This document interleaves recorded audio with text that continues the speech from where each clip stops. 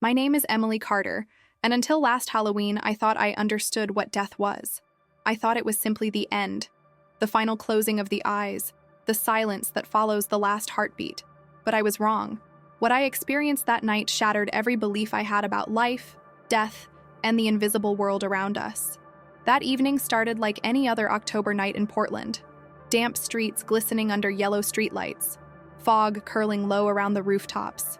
My son Noah had gone to spend the weekend with his father, and for once, I had the house to myself. I remember lighting a cinnamon candle and sitting by the window, watching kids in costumes run past, their laughter echoing through the dark. But beneath all the laughter and decorations, I felt something off, a heaviness in the air. As a nurse, I'm used to the weight of suffering, but this was different. It was as if something unseen was brushing against the edge of reality, watching. I had been drifting spiritually for years. My faith, once strong, had become brittle. Working long night shifts, losing my marriage, trying to hold my life together, I had no energy left for prayer. I told myself I didn't need God anymore. But that night, I felt the emptiness more than ever. The rain began to fall harder. I remember standing at the sink, washing a cup, when my reflection in the window suddenly seemed wrong. My face was pale, my eyes hollow. I blinked, but for a moment I could have sworn I saw another shadow standing behind me, tall, unmoving. I turned, heart racing, but the kitchen was empty. I laughed it off, blaming my imagination. It's just Halloween, I thought. Everyone feels weird tonight. If only I had known how close I was to the edge, how close the veil between worlds truly was that night. All my life I had been surrounded by people, patients, co-workers, family, yet I'd never felt so alone. After my divorce, silence became a constant companion. When Noah wasn't home, the house felt like an abandoned shell, echoing with memories of laughter that no longer existed. I worked double shifts at the hospital to fill the emptiness. Saving children's lives gave me purpose, but even that light began to fade. I remember standing beside a tiny patient one night, holding his hand as the monitors flatlined. His mother collapsed in tears, and I whispered, "He's in a better place." Though I no longer believed those words myself. Was there really a better place? Or did we just tell ourselves that to make the darkness bearable? Those questions haunted me, especially as Halloween approached. People around me decorated their homes with ghosts and skeletons, laughing about death, pretending it was harmless fun. But to me, death wasn't a costume. It was something I'd seen, cold, final, and cruel. Still, a strange restlessness pushed me. Maybe it was guilt for losing faith, or maybe something deeper calling me back. I started reading about near-death experiences, angels, and the spirit world. I told myself it was just curiosity, but in truth, I was searching for something, someone, to tell me that this life wasn't all there was. On October 30th, the day before Halloween, I had a vivid dream. I was standing in a field under a sky filled with black birds. A voice whispered, "Tomorrow the veil thins." I woke up drenched in sweat, heart pounding, the words echoing in my mind. I brushed it off, but all day at work, the feeling of dread grew stronger. Even my patients seemed restless, crying more than usual. Machines beeped erratically. A colleague joked that the hospital felt haunted. When I finally clocked out that evening, I remember looking at the reflection in the glass doors, my tired eyes staring back at me, and wondering who I had become. Something was missing, and deep inside, I knew the universe was about to answer that void in a way I would never forget. October 31st began like a whisper before a storm, ordinary on the surface, yet humming with something unseen.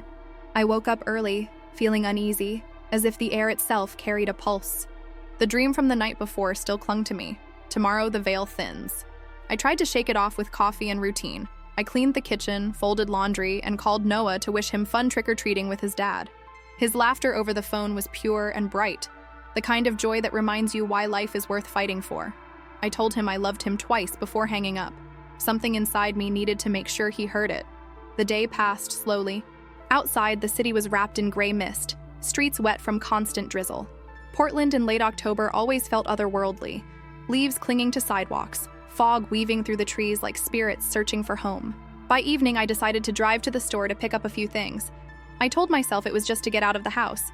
But deep down, I was running from the silence. I didn't like the way it seemed to breathe with me. The roads were nearly empty.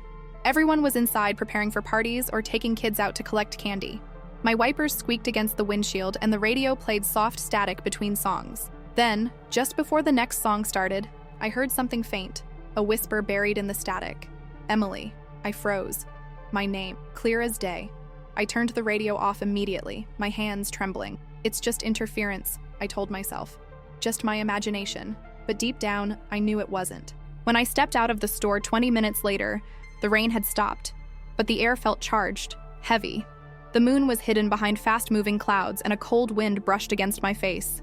Across the parking lot, I saw a child in a white costume standing completely still, staring at me. The mask was blank, emotionless. I blinked, and the child was gone. A chill went through my spine.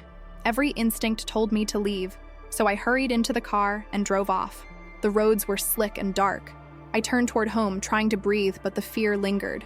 And then, in an instant, it happened. Headlights, screeching tires.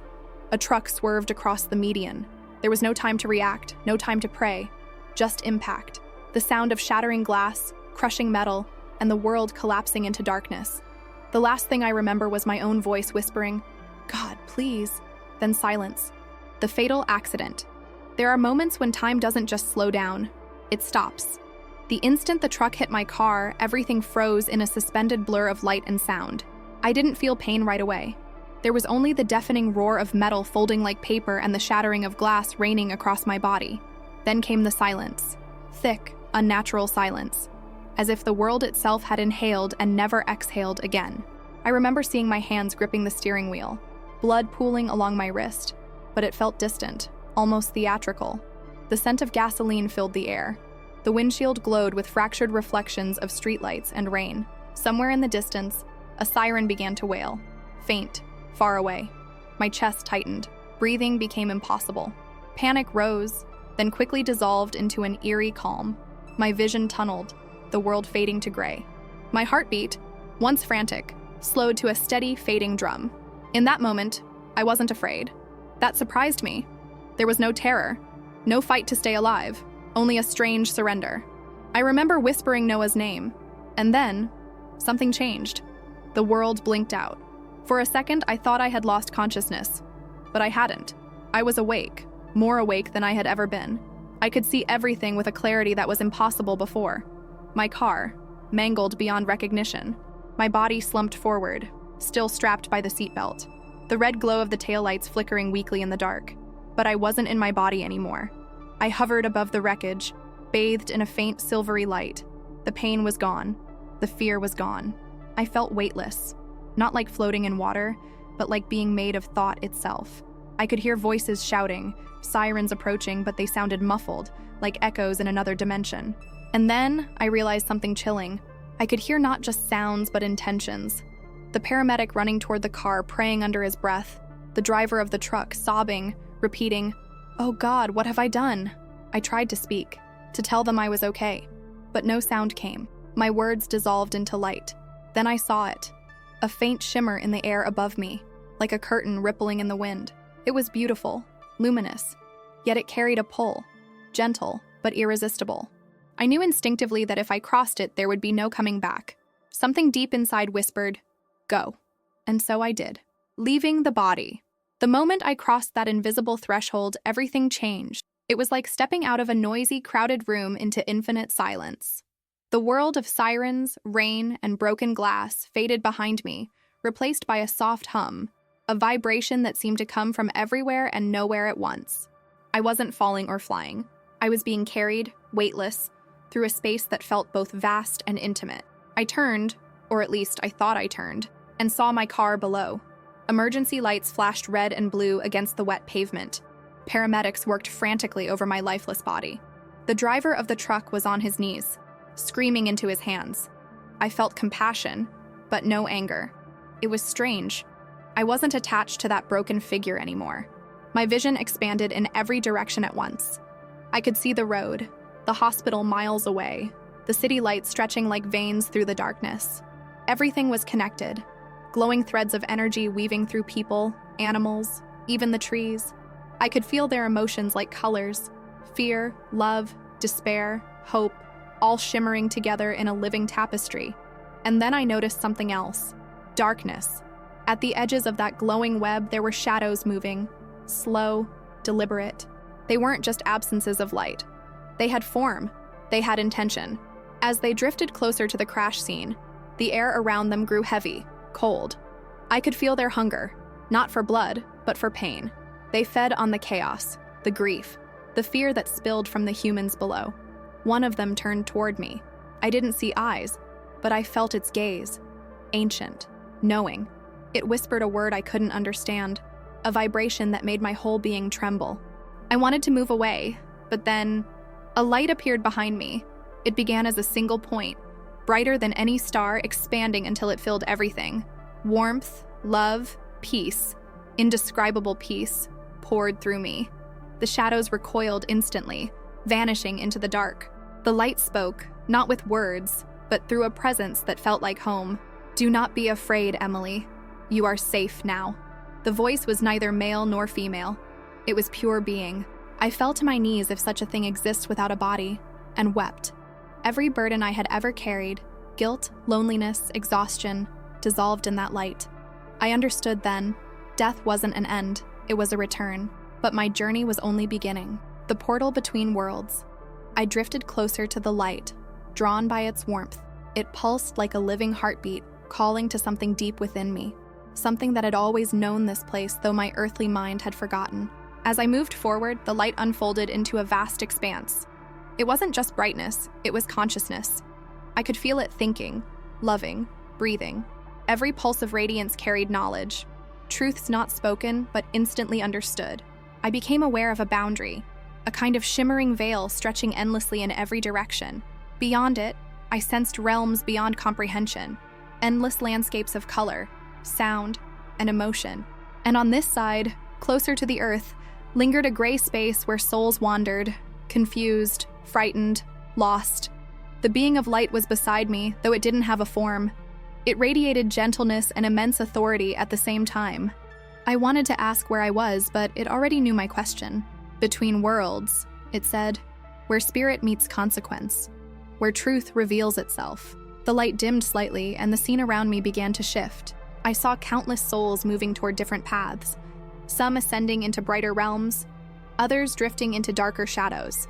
Each was drawn by the weight of its own energy, its own choices. The being guided me closer to the veil. "You must see," it said. "You must understand before you return." The air rippled, and suddenly, I was seeing scenes on Earth, doorways opening, candles burning, laughter echoing through neighborhoods. Halloween night. But beneath the laughter, I saw another layer, an invisible current of energy rising from the living toward the unseen. I watched as playful rituals, costumes, games, even innocent jokes about spirits formed real openings, portals. Shadows stirred and slipped through, unseen by human eyes. Every year on that same night, people unknowingly invited what they didn't understand. Some of the energies that crossed were harmless, curious. Others were darker, hungry. They clung to fear, to suffering, to loss. And in that moment, I understood. The veil between worlds wasn't a fantasy. It was real. And on Halloween, it thinned to almost nothing. I turned toward the being, trembling. "Why are you showing me this?" The light pulsed, and its voice filled me again. Calm, but filled with sorrow. "Because they have forgotten. They play with what they do not see. Fear and fascination have replaced reverence. You must remember, and you must warn them." A wave of emotion surged through me. Awe, dread, love, all at once. I looked down again at the earth, at the people laughing under strings of orange lights, unaware of the shadows weaving between them. And I knew. This was not just a vision, it was a calling. The truth about Halloween. The light around me grew dimmer, not from darkness, but to allow me to see. What unfolded before my eyes was like a tapestry of human history, threads of time and tradition weaving together, showing how something that began with reverence had slowly turned into something else. The being of light spoke again, its voice like wind through the heart. Long ago, this night was sacred, a time when souls were remembered, when people lit fires to honor those who had gone before. But fear twisted what was meant to be holy. I saw it. Ancient bonfires, prayers whispered to ancestors, love and gratitude once offered to the departed. Then the scene shifted. Masks, rituals, and eventually the glittering chaos of modern Halloween. Laughter, candy, horror films, parties. Yet beneath it all, I felt an undercurrent. A vibration not of celebration, but of spiritual confusion. The light continued, showing me what the human eye could not see. In every city, in every home that night, spiritual doors flickered open, some harmless, some dark. Shadows watched, drawn to the energy of fascination and fear. They fed on it. They lingered. I saw people who had lost loved ones, trying to call out to them through games or seances, not realizing they were opening themselves to something far from divine. I saw children dressing as monsters, laughing, unaware that real entities gathered around, drawn by the imitation of darkness. My whole being trembled. "Are you saying Halloween is evil?" I asked. The being's answer came with deep compassion. "No, darkness itself is not evil. It is simply what has forgotten the light. But when the living celebrate what they do not understand, they give darkness permission to enter." The words seared through me. I saw how energy flowed with intention, how fear, anger, or obsession could summon what was never meant to be touched. I understood that belief, even when disguised as fun, had power. Then the light showed me one final vision, a vast, luminous city beyond the veil, radiant, pure, singing with life, and below it, a dim reflection of our world, flickering with both beauty and despair. Between them, the veil shimmered, thinner than ever before. The being's tone grew urgent. The veil weakens as humanity grows more distracted, more divided. What was once play has become permission. They must awaken. You must tell them. The time of pretending is over. Tears streamed from eyes I no longer had. I thought of Noah, of the world he was growing up in, and the illusions we all accepted as harmless. Then the light pulsed gently, wrapping me in warmth again. "You were chosen to see, not to fear. Bring them truth, Emily. Bring them back to light." And with that, the vision began to dissolve. The sound of singing fading into wind, the brightness dimming into gray. I felt myself being pulled backward, as if a tide was drawing me away from eternity. The return had begun, the encounter with the light.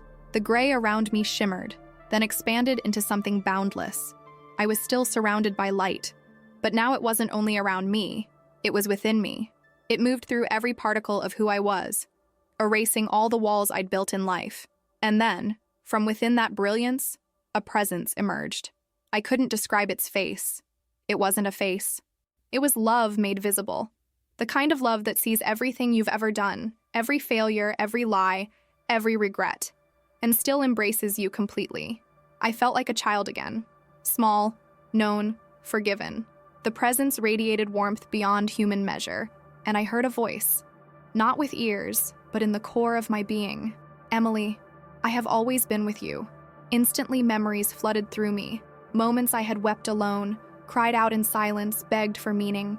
I saw unseen hands that had held me through nights of despair, through loss, through exhaustion. All those times I thought God was absent. He had been there, quietly waiting for me to notice. The light pulsed gently as if smiling. "You believed you were abandoned, yet I never left. Every tear you shed was a seed of awakening." I wanted to speak, to ask who he was, but I already knew. The light had a consciousness, a tenderness, that words could never describe. It was Christ, not in the way religion paints him, but as the living essence of divine truth. His presence carried no judgment, only remembrance. He showed me moments of my life, not as punishment, but as understanding.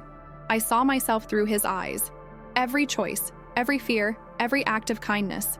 Nothing was hidden, and still, he loved me. Then he showed me something greater, the threads that connected every soul.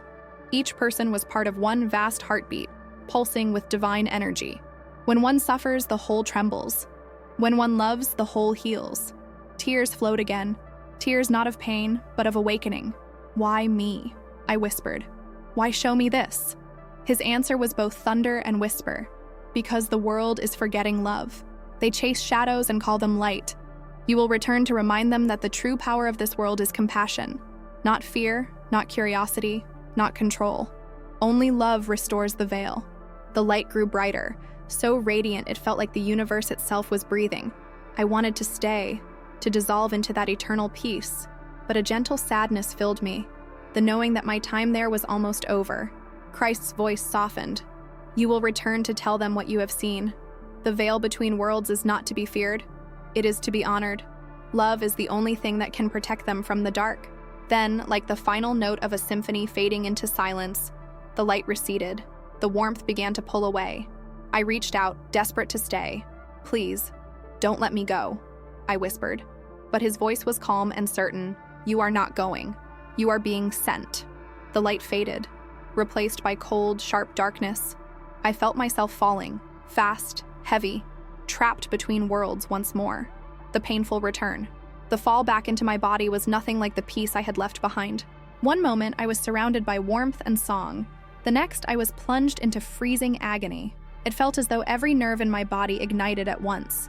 My lungs convulsed, dragging in air that burned like fire. My chest heaved, bones screamed, blood roared in my ears.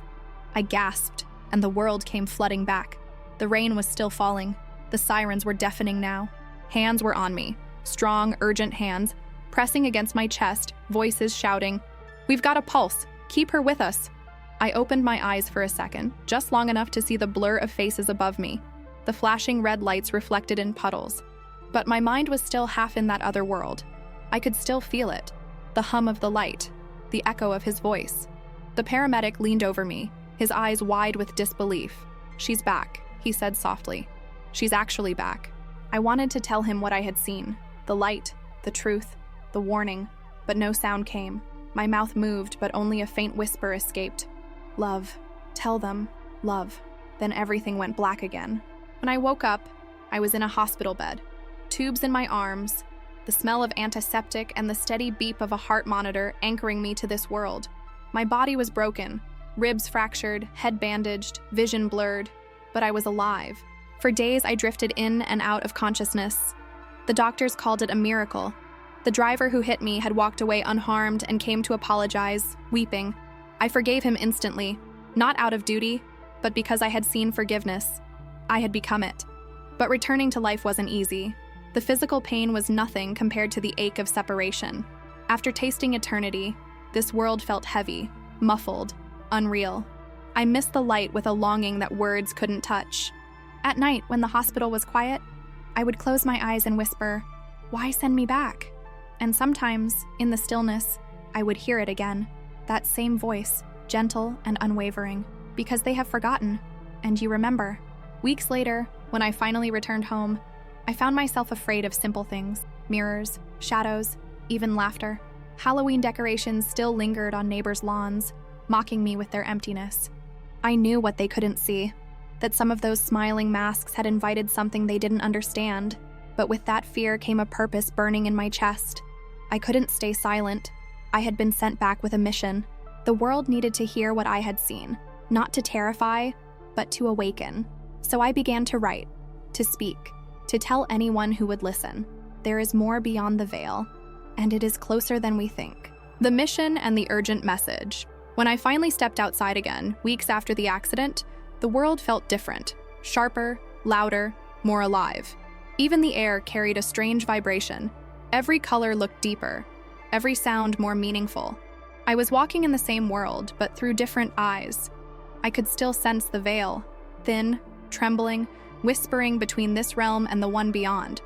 And I knew with absolute certainty that what I had seen was not meant to stay secret. For months, I kept quiet. Who would believe me? A nurse from Portland who claimed to have died and spoken to the light. Friends told me I was lucky to be alive, but luck had nothing to do with it. I had been sent back, so I started to speak. At first, it was just small circles, church gatherings, support groups, people searching for meaning after loss. I told them about the love I felt, about the light that knew every part of me and forgave it all. But eventually, I had to tell the harder truth, the part that burned in my heart every time I tried to sleep. What really happens on Halloween? Each time I spoke, people would grow silent, some even tearful. I would tell them that the night itself was not evil, but it was a night of carelessness. A night when people mock death, forget reverence, and play at things they don't understand. I would explain how the energy of fear and fascination becomes a doorway, and how the veil between worlds, already thin, weakens more with each careless invitation. I could see it when I spoke. Some people believed, some laughed nervously, others simply stared. But the ones who felt it, their eyes filled with tears. They knew. Deep down, they had sensed it too. I don't tell my story to scare anyone. I tell it because I saw both sides. the darkness that feeds on ignorance, and the light that waits patiently for us to remember love. Jesus didn't send me back to condemn. He sent me back to warn, to remind. We live in a world distracted by noise and glitter, where we chase shadows and call them fun. But the real power, the only power that saves, is love. Pure, fearless, unconditional love. That is what seals the veil, what keeps the darkness at bay, what connects us to the divine. Now, each year when Halloween approaches, I light a single candle in my window. Not for decoration, for remembrance. I whisper a prayer for the lost, for the curious, for the living and the dead. And I ask the light to cover them all. If you're hearing my story now, it's not an accident. Maybe you were meant to. Maybe you felt that strange chill in the air, that instinct that something unseen watches on that night. I'm here to tell you, your intuition is right. The veil is real. And love is the only force that can keep it pure. So please, as this Halloween comes, remember what I saw. Honor life, respect death, protect the light inside you. Because I died once, and I came back to warn you. That is he. Now I ask you from my heart, do you believe the veil between worlds truly thins on Halloween night?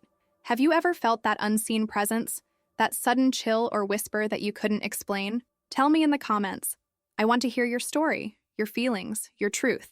Because maybe you felt it too.